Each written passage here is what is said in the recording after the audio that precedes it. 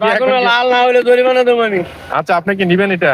এই সময় আপনি কেটে তরমুজ বিক্রি করেন? অবশ্যই কেটে তরমুজ। এই সময় তো সাদা হবে তরমুজ। এই সময় লাল হবে পতঙ্গের তরমুজ। পাগল হইছে না?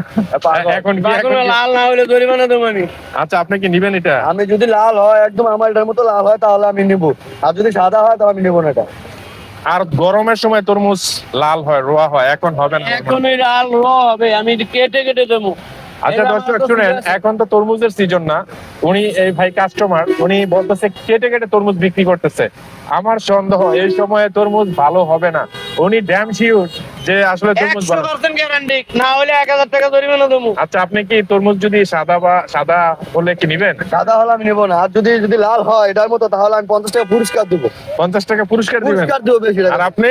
আমি 1000 টাকা জরিমানা দেবো যদি এটা কাঁচা হয়।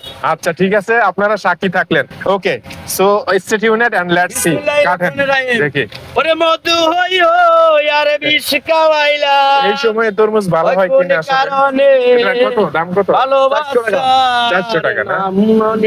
মানে যেহেতু সিজন না তরমুজের, এই জন্য একটু এই যে আবার আগামী বছরের মধু আইছে। আচ্ছা দেখি তাহলে। এই যে মধু বাড়িছে।